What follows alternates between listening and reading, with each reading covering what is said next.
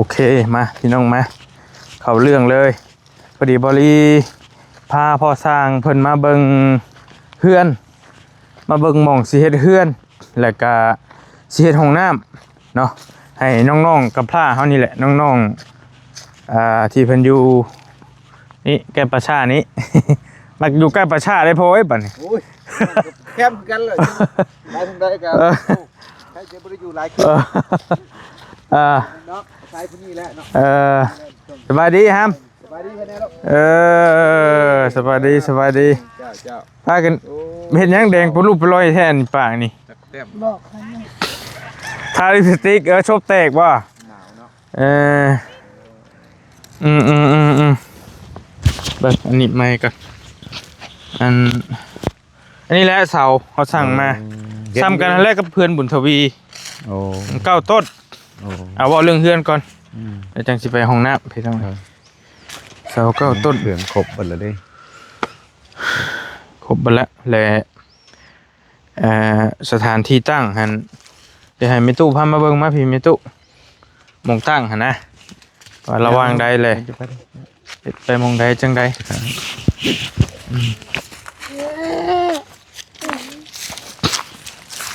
สร้างเฮาเอาพาสร้างเพิ่นมาเบิ่งลาดลาวก่อนเอาบอลนี่แล้วนี่หันหน้าไปพุ่นบ่จะว่าน้ำเฮาหันหน้าออกประชาพุทธหันก้นมาพี่นะ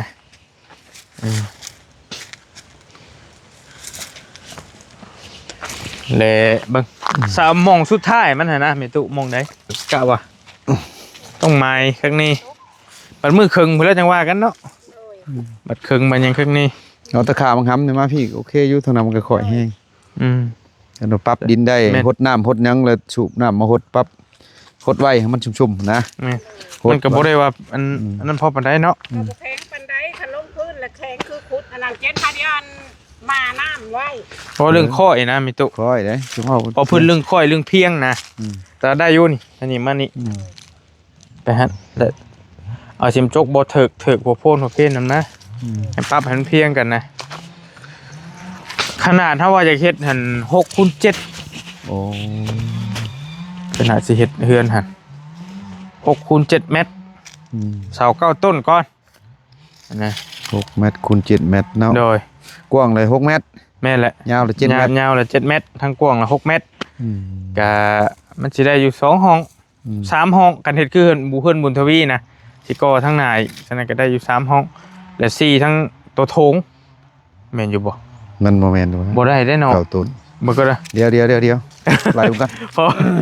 พอมัน9 ต้นเนาะงงกันได้นี่บ่แม่นพอไล่ก่อนฉันทำว่าผิดเนาะมันมาในนี่เนาะโอเคว่า1 2 3 4 5 6 7 8 9นี่บ่แม่นได้เนาะ3ทั้งห้องโถงเนาะ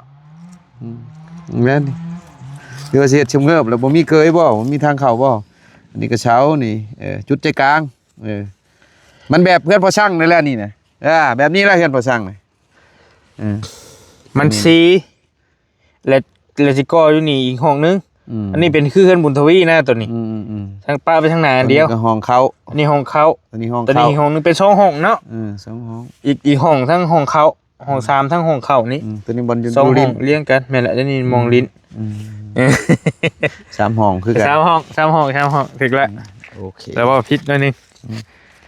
แต่ขนาดประมาณ6x7บ่สิเฮ็ดให้เพิ่นประมาณนี้ก่อนเดี๋ยวเราสิหันหน้าไปพี่ก็ตั้งพี่จริงๆก็อยากเฮ็ดใหญ่กว่าหันแล้วเพราะว่าเด็กน้อยหลายแต่ว่ามันทำนี่ก็พอแล้วมันพอได้อยู่นะยังเงินบ่พอยังทุนบ่พอเฮ็ดหลายอะไรก็ได้ซ้ำเก่านี่ก็พอดีงามพี่น้องประมาณนี้แหละดินยังก็พอได้อยู่เนาะก็บ่ได้นี่ปานใดธรรมดาดินเดิมเลยได้นี่พี่น้องดินเดิมลงพื้นแล้วมาทีให้และอันนี้เขาสั่งมาเบิ่งนี่เหมือนกันนะสั่งมาคร่าวๆซื้อดอกดินบล็อกหัน300บ่เบิกชื่อเลยเฮาก็ได้ คือว่า300นี่แห ป ละ ระมาณนั้นแหละเพิ่งคือว่าอยู่ในคลิปประมาณ300 โดยแล้วก็ปูนหั่น10ซอบปูนเขียว เพราะว่าคือว่าเบิ่งคร่าวๆเลยตัวนี้มันติดกันงามเด้มันติดกัน งามบ่ติดกัน งามอยู่มันแน่นดี โดย เฮาค่อย แต่เล็กหันไม่ตู้เมื่อไปพุ่นบ่ โดย เล็กนั้นเฮาสร้างมาอย่างละ15เซนจักสิพอหรือบ่หรือเท่าใดจังว่ากัน เบิ่งตัวจริงก่อน โดยเสาเก้าต้นประมาณนี้แหละเฮทรายก็สั่งมาแล้วครบแล้วนะอุปกรณ์น่ะมีแต่หามือหายามมือใดเจ้านั่นน่ะจังว่ากันกับโตราคาดิ ราคาก็คันสิเว้าตะกี้ก็พอเฮ็ดกันต้นหนึง 9,000 ต้นละพันบ่ เก้าอันนั้นนะต้นละพันกันเก่าต้นก็9,000นะก็เดี๋ยวนี้ก็สิข้าวเก่าหั่นละวะหรือว่า อืม การกินการอยู่นี่แหละเฮาก็คือว่าแหละมันก็มีผู้ช่วยผู้หยังอะไรเพิ่นมือ ชวนลายก็ประมาณนั่นแหละก็เจ้าตั้งกันหั่นน่ะ อืม ตั้งเสาเทคานถึกต้นละพัน 9,000จ้ะว่าง่ายๆก็ได้ ก็จะให้ตามมาตรฐานที่เคยให้กันนั่นแหละ แล้วก็แนวอยากแนวกินก็คือเก่าหั่นแหละพอเอ้ย แน่น เฮามีเฮาก็เอามาคันบ่นั่นก็กินน้ำเหล้า อืม กินน้ำเหล้านี่ก็ โดย จะกระสิพากินหยังก็ ก็สิบ่โดน คือเห็นนั่ ดอน ก แล้ว ตั้งเสาซื่อๆเนาะ แม่งก็บ่หลายมื้อดอก บ่หลายมือดอก อืม เพราะว่าเฮาก็สิเอาจำนวนหลายคนแน่อย่างกี่หลายต้อง3 4 โดย 3 2นี่มาตรฐานแล้ว2 โดย บ่หลุดแล้วต้องมีแล้ว2 3 แล้วก็ บ่ถึง ให้มีตู้หาคนน้ำมูนี่แหละมื้อนั้นก็ โดย ละวานเพิ่นมายกซอยกันบ่ได้ตั้งขึ้นนั่นแหละ ว่าเบิ่งเดือนนี้บ่หรือเดือนใดก็ตั้งเบิ่งจะเบิ่งไว้เบิ่งมีไม้มีหยังหั่นละบ่ มี ได้ ตู้ มีไม้จังไผก็เอา ยกได้บ่เดือนนี้ บ่ได้บ่ ได้อยู่ บ่ได้แล้วก็เป็นเดือน4เนาะบ่ลีออกมา แม่ มาเบิ่งดู ติดตาม มาพี่ก่อน เพราะว่า จะไปคุยกันก็ได้ไปคุยกันแล้วกับเราฮะถามกันปรึกษากันว่า กันว่าบ่ได้เดือนนี้ก็ได้นะ ก็บ่ได้ว่าพาหรอก เอ ไม่ อบ่ เท่า ได้ เอ้ย พาวบ่เป็นหยัง และมีแต่จะไปปรึกษาชิรุวัตรชิรุว่าเพิ่นบ่นั่นแน่ใดก็ได้ กันก่อน มันต้องหามือหายามคักแน่นะ อืม มือแรงบ่หรือว่าจังไดหรือว่ามือนั้นเจ้าเข้าไปบ้านบ่ให้ปัญหามือให้หรือว่าเจ้ากำหนดมือเองได้ก็แล้วแต่เจ้าแล้วแต่เจ้านะเจ้ากล้าว่าเอายกมื้อนี้ก็ได้เฮาถ้าเฮาน่ะบ่มีปัญหาพี่น้องถึกต้นละ1,000 9,000ไปเบิ่งห้องน้ำบัดนี้ มันจะหมดเสียเวลาเพื่อนนี่ประมาณนี้นั่นแหละแต่มาคุยเรื่องของน้ำบัดนี้ มันเป็นสายเฉลียงไปพี่ไปทำงานไปพุ่นเนาะ บ่แก้วพาผ่านมามื้อนี้บ่มื้อนี้บ่ ไปนี่ไปพุ่นเลยแต่ว่าออกไปพุ่นจักสิ เป็น ฮอด ทางลัดนะ ลงห้วยแล้วจังขึ้นฮอดพุ่น แม่นเลย ตัวนี้ไปพุ่นกับเมื่อพี่ไป อ่ะ จักใส่เป็นไฟขอกบ นี่เพิ่นขุดแบบนี้ เออ เพิ่นปรับแล้วบ่หาม ตัวนี้คือว่าเลิกตัวนี้ใส่จักท่อนหนึ่ง แม่นโซงได้ 2ท่อนนี่ลุบบ่ ยันลึกอยู่ ยัง ลุกโพดเนาะ ก็บ่เป็นหยังเม็ดเช้ามันก็สิลุบอันนั้นเฮาผมมันแม่นเดียวนึงบ่แม่นบ่โตโตเฮา ตัวนี้90นั่นหนึงตัวนี้ ตัวนี้สิพอดีเนาะพอดีดูนมาหน่อยนึงเนาะหรือเอามาหาเลยบ่เฮาอ่ะก็ซั่นก็ได้ เอามาหาก็ได้อยู่ มันก็เทินเลยเด้เอาตัวนี้3ตัวนี้2พอดีดอกมัน มันบ่ได้ มันลวงหากันอยู่แล้วเด้ ไปเลยเขายังสิเจาะหากันอยู่ กับผู้ที่กระเทินในเบาลีเอ้ย กระเชิญบ่ พี่แล้วมัน50พี่แล้ว เสียกับเจ้าคุดลงอีกหั่นนะ ได้ หมายว่ากันประ ได้ ตาม ได้คือกัน คุดลงอีก ขุดลงอีกได้อยู่คือกัน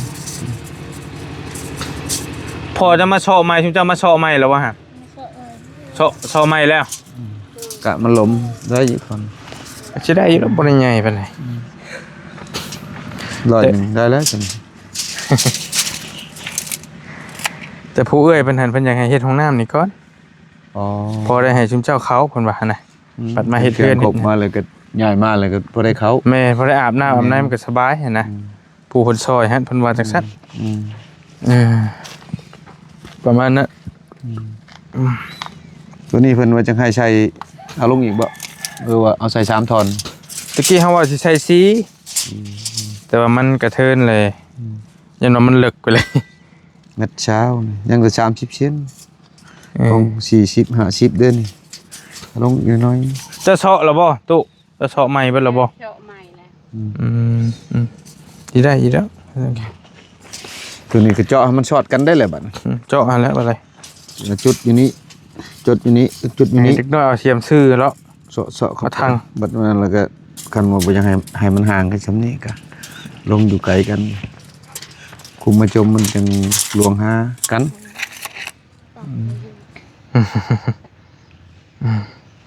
ลงไปตอนนั้น เบิ่งกันได้ครับเบิ่งกันตัวนี้มันเลิกแลจะเอาลงจักเส้น ว่ากันว่าชีท่อนก็เจ้าเชาะลงมานี่ก็มันได้นี่กระทุมมันก็เสมอกันยี่ดอกมันลื่นกันตามชาวเช่นนี่บ่ลีกันว่าชาวสีช่างทาก็แล้วแต่เจ้านี่ กระเทินเนาะ นี่จำนี่ให้มันเพียงก็สบายเฮาเก็บเฮาทมก็ง่ายอยู่นี่มันก็สูงอยู่เป็นดอกลงพุ่น เดี๋ยวเอาน้ำได้มาไว้ ได้อยู่ไม่เท่าแต่เฮาขุดก็แข็งขึ้นนี่แหละได้ยี่ดอกจำได้คอยขุดเนาะก็ได้ก็แฉลงใส่จัดแป้งเป็นเมา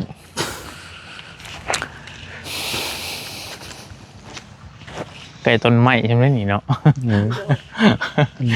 ไม่ดู เลยแซงเบิ่ง ตัดเทียม ประมาณว่า2.50 เมตรซะพอ2.50 เมตรคูณ2.50 เมตรไปพอลองเทคเบิ่งดู ตรงนี้เนาะตรงนี้ป่ะ ประมาณยับไม่อีกจังหน่อยก็ได้ยับไม่อีกจังหน่อยก็ได้จับน้ำเราด้วยหาตุ เยอะแล้ว2.50 เมตรอยู่พี่ ยาวโหดบ่ พี่ได้ห่วงเอา2 เมตรเช้าซะดีกว่าของชายผ้าก็2 เมตรเช้าไหน 2 เมตรบ่ใช่ปะโอเคเอาลอง2 เมตรบางนี้ก็ได้2 เมตรลงมาพี่เอาซ้ำกันนั่นแหละมณฑลลองผมอยู่ ไปเบี้ยมาพี่เบี้ยมาทางนี้ตรงนี้ตอนนั้น2.50 เมตร2 เมตรคูณ2 เมตร50บ่เนาะเอาลองเบิ่งเอาซ้ำของน้องน้อยนะซะนั่นก็ได้นี่ยังไงประมาณว่าทีนี้เนาะ2 เมตรตัวนี้ แทกมาพุ่น เดี๋ยว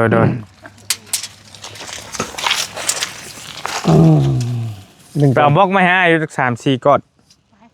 เอาบล็อกมาให้เนี่ยไปคนมาไปลูกไป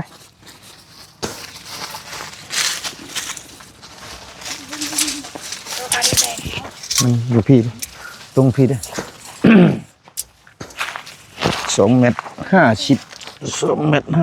ตรงนู้นดูบรรยากาศมาทางนี้ป่ะยังบ่ได้เลยสแกนดูพุ่นดิแนวตึกดูยับมาทางพี่ก็นอกบ่ดี โดยเชียงไปก็ได้นะเพราะว่าทอเขามันรัวอย่างเงี้ยมาพี่ก็ได้เพราะทอเขาโตไปได้ดิยันว่ามันใกล้ต้นไม้กะ บ่ครับ มันจะย่ำมาเอียงมาทางพี่ก็ได้ผมมีปัญหาเดี๋ยวเราชิดต้นไม้มันก็ชิได้นะมันใหญ่เลย เดี๋ยวซักไม้ซักใส่บล็อกมาวางก็ได้ เขาหานตัวนี้จะได้แล้ว ประมาณนั้นบ่2.50 เมตรเสียงมาพี่ก็ได้ไปตั้งลำโพอจ้ะฮะโอเค บ่ได้ออกแต่กันเลยบ่ฮะอยู่ตรงกันเลยวางลง โพอันเห็ด ขอออกก็ได้ เอามาพี่ครับตัวนี้ น้ำสูง เว้ยไปนี่ลูก เว่ไปคือภาษาเว่คือประคำนี่โอเคมาเบิ่งมันจะได้เขาจะได้เห็นภาพดิว่ามันจังได วัดถึงแล้วนี่ครับไหนบ่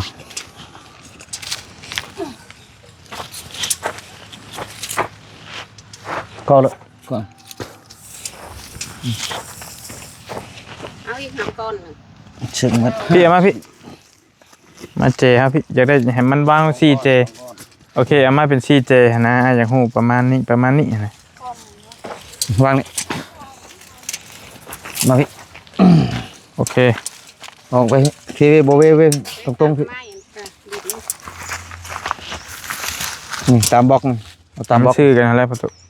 เขาคน โอเค ไปดึงไป ดึงอีกชุดละทุนมาอีกทุนบล็อก 2 เช้าบ่ อีกบ่ดึงมันแม่นมีแต่ดึงบล็อกแก้วหันใจ โอเคอยู่ระหว่างนี้เนาะ ตัวนี้ เอามาอีกก้อนหนึง ตรงนี้ ใจเย็นบ่ฟ้าวก็ได้อย่าทับแข้งย้อนได้ เอาตัวมันบี้ออกค่อย บ่ต้องฟ้าวเชื่อเราอยากติดกันเลยบอกคนมาส่ง ได้เคาะตัวนี้ออก ต้องได้เคาะควนแล้วเบิ่งซุม ดินมันพอผสมเปียกเลยมันผสมแห้งแล้วมันบ่อยากอยู่ ว่าน้อยอะไรมันก็สิอึดอัดพี่น้องของน้ำกันประมาณนี้พอดีแล้วโอเคมาเพิ่งประมาณนี้หาหมอนะหมอน้อยนะ ตะกี้เอ้ยเพิ่นว่าจังไงเฮ็ด2 เมตรคูณ2 เมตรแต่จังน้อยจากน้อยจังน้อยเพอเฮาเฮ็ดห้องเดียวเด้โอเคดึงเบิ่ง เอาลงไปแห้งพดเดียวว่าอย่ามา ย้ำมาอีกเอ้ยเยอะ อีกจะมาอีก ได้บ่ถอยอีกบ่ ผู้ขอไป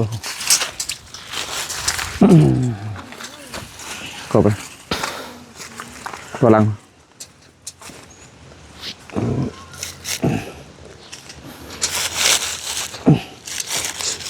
เบี้ยวเนาะ แล้วจังตีไหม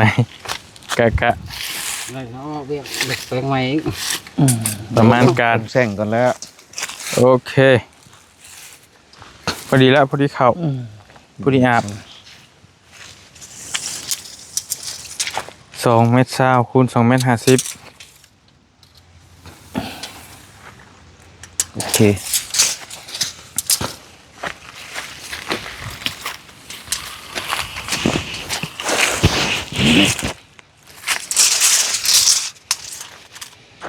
โอเคประมาณนี้กว้างเติบเนาะ กว้างเติบเลยเติบเลย จากบล็อกนี้ไปหาบล็อกนั้น ของน้องน้อย2 เมตร สี่เหลี่ยมพอดีแล้วงามแล้วซ้ำนี้แล้วพอดีเข้าไประบบอึดอัดก็ท่าแล้ว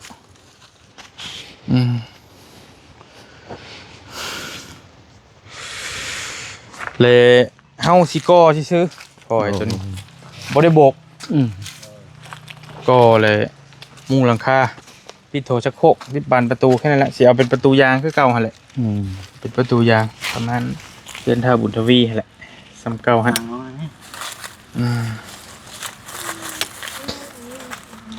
และเราคมราคาเลยพอว่าเบิ่งพอสิได้ซำใดซอยได้ซำใด นี่ก็มีแต่คันมาบริโภคลบแต่คาร์โบออกโอเค ลบคาร์โบออก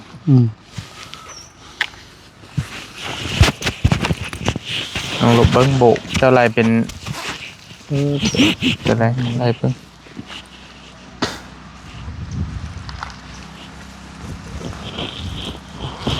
คือเฮือนน้องน้อยหันพอแล้วว่าหัน3.7 ล้านเนาะ3.7 ล้านแล้วก็แต่ว่าตอนนั้นมันก็2.50 เมตรบ่คูณ2 เมตรเนาะตัวนั้นเนาะไล่กัน20 เซน มานี่ออกเส้น ออกมาน้อยนึง แต่ว่านึงแล้วก็คันสิรุดก็สิปะซะตัวปลายมันน่ะสิเอาแต่รับ3เจ้า 3 ล้านเนาะ ปลายมันอะไรตัวนี้ก็มันชูชีกันมันจะมาเบิ่งเลยประมาณเอาสัก3 ล้านไหลเป็นเงิน เอาแต่3 ล้านพอโอเค กันช่วยกัน แล้วก็บ่ได้โบกเด้แต่มันก็สิไว้อยู่เนาะก็ขึ้นแล้วก็กับเทพื้นนั่นแหละพี่น้องเทพื้นติดคือเก่าหั่นแหละห้องน้ำหั่นแหละเฮ็ดเบ็ดเฮ็ดพร้อมเข้าหั่นแหละแล้วก็มุงหลังคาโอเค3 ล้านโอเคบ่เป็นหยัง3 ล้านกีบพี่น้องเกือบ 5,000และโตไม้เด้บาดนี้ไม้48จักโตพอไรเบิ่งดู 1 2 3 4 5 6 7โต สำคัญบ่คือว่าแล้วเนาะไม้48มันก็มัน4 เมตรพุ่นได้ตัวนี้นะ 4 เอาตัว4 เมตรบ่หรือเอาตัว5 เมตรตัว4ก็ได้ที่เนาะ มีแต่2 เมตรปลาย 2เมตรเป็น3เป็น4สิบ่ได้บ่ตัวนี้ก็2เท่าไหร่ก็ข้างละเม็ด เพิ่นเลยออกหน่อยหนึง 4 เมตรลบเหลือเมตร50พุ่นเด้เนาะ จะหัน2บัด บรรหาร2มันก็ แม่นว่า75 70โอเคพอดีโอเคถูกต้อง เนาะแล้วเบิ่งพี่ โอเค4 เมตรทำได้4 เมตรโอเค พี่ฉันสิยองคิง โอ้โกพอดีเลยสัน ได้แล้ว ตัว4 เมตรถึกแล้ว ได้แล้ว ใหญ่เดี๋ยวได้เอาไปมา โอ้ใหญ่แล้วบ่ได้เติบแล้วใหญ่ดี เลย7 โตเนาะ7 โตพอ แม่นคิดโตพอ โอเคพี่น้อย คือว่า ปลาหลกปลาลมบ่ทันเว้าปลาลมยันว่าเจ้าซื้ออันแผ่นโซล่าบ่ จังหวะ บ่มีแล้วก็อิงตามงบเจ้า พี่จะเอาไม้แป้นมาเลยบอกเลยว่าจังไดไม้ชุล่ามันก็เป้า ตาม แผ่น แผ่น เลยแผ่นคันว่ามันถึงก็คือว่าแล้วรถใช้สบายอยู่นั่นก็ถึง75บ่แผ่น รถไถเจ้ามีเฮือนบ่ประตู บ่มีคนอื่น ตายครับ เพราะว่า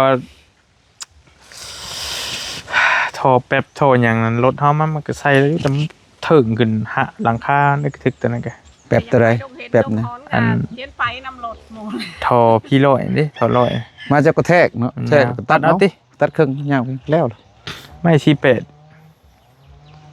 โอ้ ไม่ชีเป็ดตัดบ่ได้เลย บ่ได้เลย กันบ่มีบนมัดถึง ก็ยากแล้วบ่เป็นหยังเดี๋ยวสิหากี้คำว่ามีรถไทยแล้วสิให้เราไปแก้เอาเลยนะมันจะง่ายว่ะ แถวใกล้ๆนี้เนาะ มันอยู่ใกล้ๆนี่ก็มีนี่ เขา อ มาหลายเขาบอกว่ามาส่งเนาะ กับกับมาอยู่แต่ว่าเขาต้องหาสั่งแนวนั่นนี่เพิ่มแต่ความหมายว่าเขาไปแก้เอาเองมันก็ง่ายนะลิกกิ๊กก๊อก เล็กกับ นาะ ฮู้จักเลยเหรอวะเล็กซื้อมาใช้เล็ก6ตัวเล็ก8ก็ประมาณน้อง6ตัวบ่พอติเล็กกอดเช้า เอาตัวจอยป่ะ ตัวจอย จอยก็ได้เนาะ จอย กี่เขาว่าจะเอาตัวนั่นบ่ว่าหรือว่าฉันเอาไปเฮ็ดเพื่อนฉันเนาะ มันเยอะโพดบ่หรือมันอะไร มันใหญ่โพดบ่ จักโตเล็ก10พอไรเบิ่ง มันเล็กอันน่ะแลนค้านน่ะเล็กโตนั่นก็ประมาณ6เซนก็พอแล้วมันเล็กปอกก็ประมาณ5ปอกก็พอตี5เซนก็พอแล้วมันก็หอม หากำพกโอเค ๆแล้วลวนมัดอันนึง โดนมันหนึง พอเฮาตัวนักก็เป็นค้านเฮาครึ่งนี่นะแล้วก็มีแต่กอดเสาขึ้นเดี๋ยวหันก็ใช้นวดเสา โอเคป้าไปหานั่งคุยกันจังหน่อยป้าอยู่หมองโฮมๆป้าเดี๋ยวจังสิไปป้าแล้วเฮาก็ได้ไปนั่งโฮมกันหน่อยนึง นี่พอช่างก็สิกลับคือกันละ อยากให้พอสร้างนั่งว่าจังหน่อย โอ้เอาไปยังบ่ ก็ช่าง3ปียังอับเท่านึงโอ้ก็ลงหิวนี่ก็ชาติแล้ว โอเคพี่น้องเอ้ยอันนี้นั่นเราเป็นช่างที่เขาเคยหาเราจะมาเฮ็ดเฮือนให้ชุมเจ้าเด้อสิมาตั้งเสาเทคานให้แล้วก็สิมาเฮ็ดห้องน้ำแต่ว่าสิเฮ็ดห้องน้ำก่อนจะเฮ็ดห้องน้ำก่อนเพราะว่าทางเอื้อยเพิ่นว่าจะให้เฮ็ดห้องน้ำก่อนพอได้เข้าว่าซั่นอาบน้ำอาบในอย่างนั้นมันจังสบายเราอยู่นี้อยู่ดงบางยางนี้พอแล้วนี่อยู่กับบ่ได้ไกลปานใดบ่ไกลไกลจะได้เนาะพอเนาะ ไกลอยู่ประมาณ3 เลยดงเห็น เช้าล้างเหรอ 30พุ่นแหละ พี่น้องแล้ววันนี้แหละตัวเฮือนตัวชานหันกะตั้งเดือนนี้ได้บ่ประตูคันว่าตั้งเดือนนี้เดือนยังเดือนนึงเดือน3ออกไม่3 ค่ำเลยมาแล้ว ดิดแล้ว มื้อนี้วันอาทิตย์เนาะ ตัวนั้นมันก็สิเพ่งแหละ วันอาทิตย์วันจันทร์น่ะ จันทร์มันจันทร์ กะยังหลายมื้อแต่อยู่คันว่าคันว่าเอ้ยเพิ่นให้เฮ็ดห้องน้ำก่อนเพื่อเราสิมาอีกจักมื้อใดพอเราสิมาอีกกะ เฮาเบิ่งตัวนั้น ปรึกษากันไว้นะ ปรึกษากัน เราต้องเฮ็ดอีกหลังหนึงอยู่พุ่นแต่ว่าใกล้สิแล้วอีกบ่กี่มื้อก็แล้วเฮาสิให้เรามานี่ต่อเลยเฮ็ดห้องน้ำเลยนะ โดย ตรงนั้นเพราะว่าเฮาก็สิแบ่งกันทีมงานชุมเฮานั่นแหละแบ่งกันเฮ็ดแล้วก็สิตั้งเสา แต่บ่มีไฟฟ้าได้พออยู่พุ่นก็บ่ได้มีเด้เนาะ บ่มีเลยคันว่าเป็นตัวนี้ก็ใช้ตะไคร้แหละตะไคร้ตัด กับตัวหูขอกหูคานเบิ่งก็สิคายอยู่มันเป็นเรียกลุมก็สิบ่นั่นปานใดดอกนั่นก็จริงก่อน แต่ว่าสัญญาณน่ะดีอยู่นี่เฮงโพดสัญญาณโทรศัพท์ จังที่ได้ไปสร้างแล้วจะเหยียบทางใดแล้ว มองสากหันโทรศัพท์ตัวหยังก็ยาก งานดีกว่าเนาะ มี power bank ใหญ่ๆผู้ละอันก็สิคายอยู่พี่น้องแต่ว่าก็ใกล้บ้านอยู่ใกล้บ้าน แต่ออกมาแต่บนเฮาออกมาผู้อีกก็บ่ไกลไปได้เนาะ บ่ไกลปานใดไปเถียงนางน้อยกี่นี่จักอยู่หรอนางน้อย ไม่น้ำแพกแม่นบ่ พอแล้วสื่ออย่างเด้บัดนี้ดิ ผู้เถียงอยู่ฝากกู นางอิ่ว นั่นแหละโอเคเคยนั่นแหละน้องอิ่วหั่นแหละ พรน่ะ โอเคน้องอิ่วหั่นแหละ นางอิ่ว มันมีสองชื่อ โดย ไปเชียร์ห้องน้ำให้เพิ่นนั่นนะก็ได้ โดยนางอิ่ว เพราะว่าเราคนบ้านเดียวกันเด้แต่ว่าอยู่คนละภาคซะ คนเดียวกันพอกอ่ะ มันเรียกว่าพ้องหมดแล้ว พี่น้องกันบ่ น้องกัน อ่านเด้ คุ้มอันเดียว ใกล้กัน โดยพี่น้องทั้งเจ้าบ่หรือทั้งเราพี่ น้องทั้งผัวกับแม่นพี่น้องทั้งกอยกับแม่นพอแล้ว พี่น้องเอากัน ใกล้กันคนคุ้มอันเดียว โดยโอเคพี่น้องนะอันพ่อไปเฮ็ดน้องตันนอนอยู่ไสเจ้านอนอยู่ไส ไปเฮือนน้องตันน้องก็เพิ่นปะอันนั้นโตลุ่มเพิ่นเด้ให้ปะโตลุ่มสิเพิ่นนอนเทิงเถียงอัดฉี่เลยก็ติ้งเขาแล้วอย่ามันหักเขาแล้วบุญทวีไม่ใช่เมื่อคืนติ้งบอกว่ายุดพังกันแล้วคำมันหักกับพอดีกองกันแหละ นอนเอาเต็นท์นอนใส่กะบอกพอกี่มื้อก็สิได้ง่ายแล้วเขาก็เพราะว่าเพิ่นก็ แต่วันนี้เนี่ยต้องมาว่าเรื่องที่อยู่ที่นอนพร้อมอยู่นี่กับบัดนี้จักสิเอาหมองใช้ให้เรานอนบาด นี่แหละโยนอนไกลทั้งพุ่นก็บ่จักปานใดเด้ คุณบ่ บ่แล้ว บ่จนมันพอมีหมู่หลายแน่อยู่ผู้ บุญทวีจะแล้วเมื่อคืนนี่มันก็เลาะอยู่บุญทวีมันก็ว้าวแล้วบุญทวีบ่ได้แล้ว คือจมูกต้องสิลายแท้อยู่ แถวข้างเล่าข้างเงี้ยนี่แหละกองผอกกองเพื่องนี่แหละตารางเพื่องบัดฝนตกมากก็พอได้ชนเบิ่งไปนี่แหละอยู่ใช้แถวใดก็ มันบ่มีฝนดอกก็มีแต่อันนั้นก็ เบิ่งได้มาบอลมันเหมาะแหละ ซื้อแพยางมาบ่เฮาก็คุ้ม เฮาถือได้พยางข่อยได้พื้นหนึงถือมานำได้เพราะว่าข้างลมข้างหนังมันหนาวถือมานำ มันก็มันหนาวแหละพี่น้องยาม หนาวเด้พยางเต็นท์ข่อย หาตัดไม้ตัดตอกขุดก็ได้ขุดเฮ็ดกระตูบไม้ก็ได้หาเบิ่งหม่องใดมันเหมาะๆหั่นนะลองเบิ่งหม่องได้สักกะว่านั่นแหละครับว่านั่นแหละให้เด็กน้อยว่างนะให้เขาขุดให้เขาแล้วเจ้าเฮ็ดท้า เพลหม่องมื้อนี้ก็ได้เดี๋ยวนี้ก็ได้ มันสิบ่แดดบ่วะหม่องมันเราเอาหม่องห่มๆเลยมันบ่มีห่มเลยเนาะ มีผมแล้วเอาแถวเทิงไปเลยแถวนี้แล้วมองนี่แล้ว ที่นี่บ่คนโกนนี่บ่ มันแดดก็มีก็กลางคืนเฮานอนกลางเว้นเฮาก็เฮ็ดเวียก แล้วข้างนี้เลย กุกดูบ่ล่มติโยนอนอยู่ล่มลึมเฮ็ดจังได๋ ได้เสาเทียงเก่าแล้วก็มี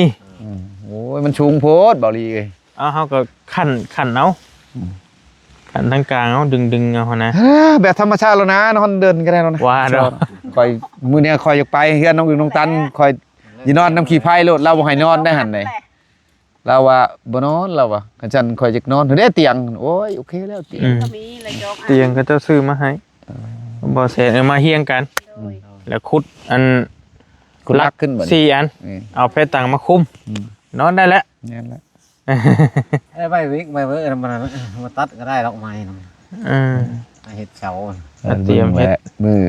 พุ่นแหละเฮามาเคิงมานั่นพุ่นแหละถ้ามีไม้เคิง จังว่ากัน ไผก็มี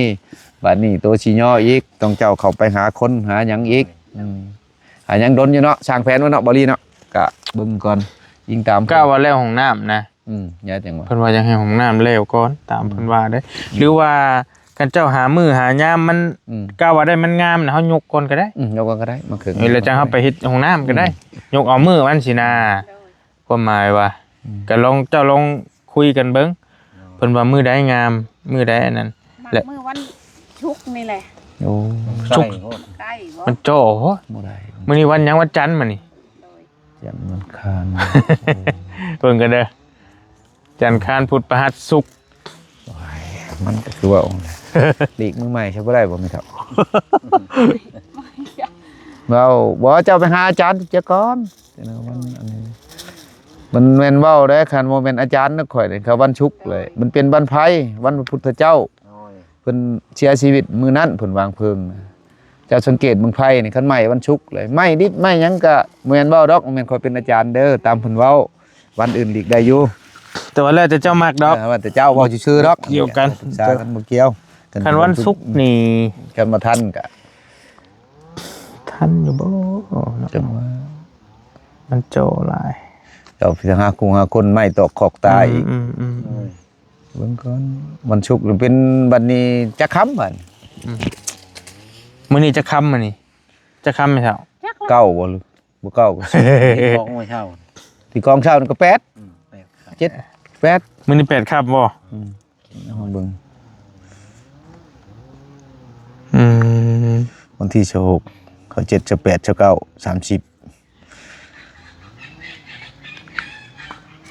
บ่มีในโทรศัพท์เพิ่นบ่ได้บอกคำ บ่มีแหละ บ่มี แต่ อืม ไล่เบิ่งวันที่นั่นแหละ ก็บอกใหม่อีก แล้วแต่ผู้เจ้าดอกเจ้าสั่งมื้ออื่นมื้อฮื้อกะทุกข่อยก็คึกมาได้กับเดี๋ยวเบิ่งตัวนั้นก็ได้ยินแต่บ่าวไล่ว่ามื้ออื่นกับมื้อฮื้อบ่าวแสนก็ยังบ่ได้มีงบอยู่พุ่นก็พระอาจารย์นั่นนะมีแต่ตัวใดบ้างได้ก็ทุกข่อยก็ญาติได้ก็ทุกข่อยก็แบ่งเวลาแบ่งกันไป เอาจังซี่ซะ อืม มีตู้บ่มีตู้มาวันศุกร์นี้เนาะโอเคมีตู้มาวันศุกร์นี่แหละคันมันทันแหละเฮาสิให้เรามาเลยวันศุกร์คันมันบ่ทันแล้วมีตู้หามื้อสำรองไว้ หลังจากวันศุกร์เราเป็นแม่นมื้อใดหั่นนะโอเคคันมันทันแล้วจังว่าจังเอามื้อวันศุกร์นี่ก็ได้คันว่าบ่ทันแล้วจังเลื่อนไปอีกมื้อไหม โดย เอาทันซะเพราะว่ามันก็มื้อนี้วันจันทร์วันคานมื้อวันคานวันพุธพฤหัสศุกร์ยังอีก3มื้อเนาะมันก็อยากช่ออยู่มื้อนี้วันจันทร์เลย3มื้อ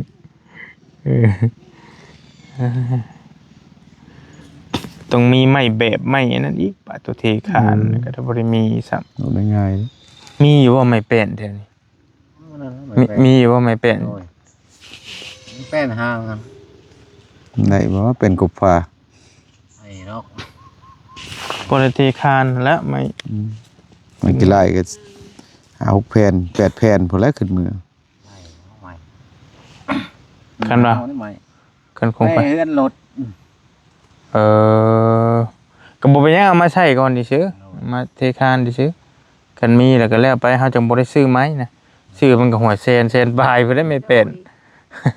75,000 80แผ่นหนึง4เมตร50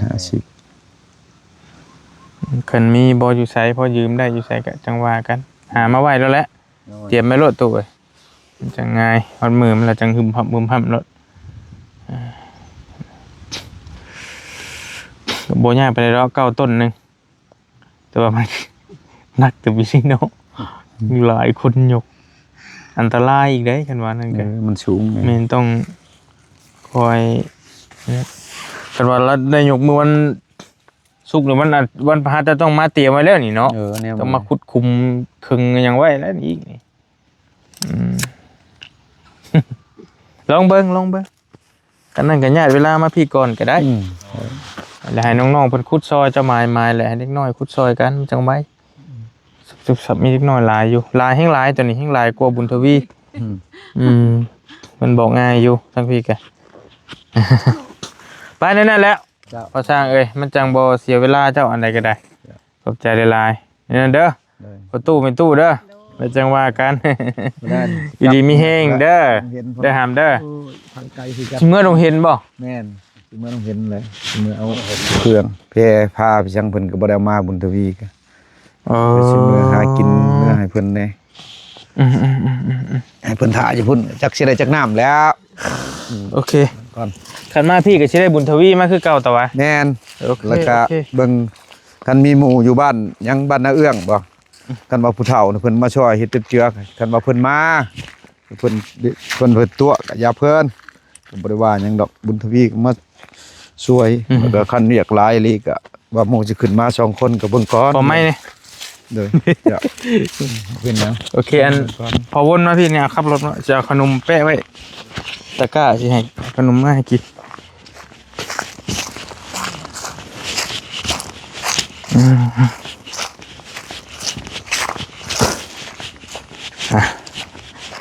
ขนมให้พอสร้างก่อนพี่น้องก็ได้ไม่อยากมากิน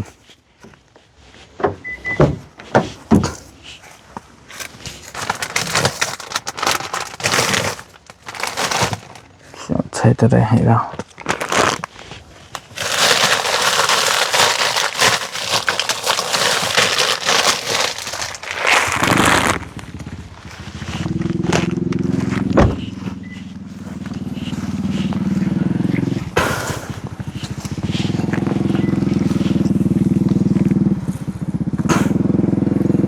อากาศเริ่มหนาวๆได้มันพี่น้องเย็น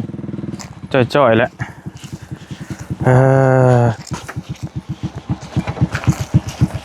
พอได้กินมื้อน้ำทางเด้อ ขอบใจหลายๆ โดยบ่เป็นหยัง ดีแล้วหิวอยู่ อัน